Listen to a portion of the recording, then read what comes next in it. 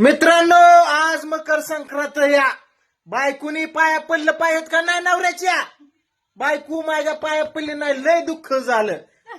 तुम्हाला सांगतो लय दुःख झालं. तिकडे वडाच्या पाया पडून आले.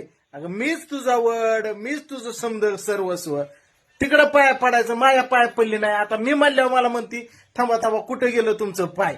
आल्या मी तुमच्या पाया पडत होते तर मला म्हणतात पैशासाठी करते वे, आणि आता कशाला मी 4 वेळा पडू द्या म्हणलं तर नाही माझ्या पाया पडायचं म्हणलं. मग पाया पडायचं, अजून पण पडते. पाय कुठे थितत?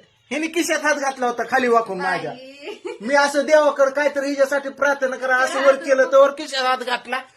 मग काय बोलू मी सांगा? हा, बर जाऊ द्या. सर्वांना मकर संक्रांतीच्या खूप खूप शुभेच्छा. आमचं तिळगुळ घ्या, तिळगुळ आमचं सांडू नका, आमच्याशी भांडू नका. पाय पड, पाय पड, दिवाना पाय पड.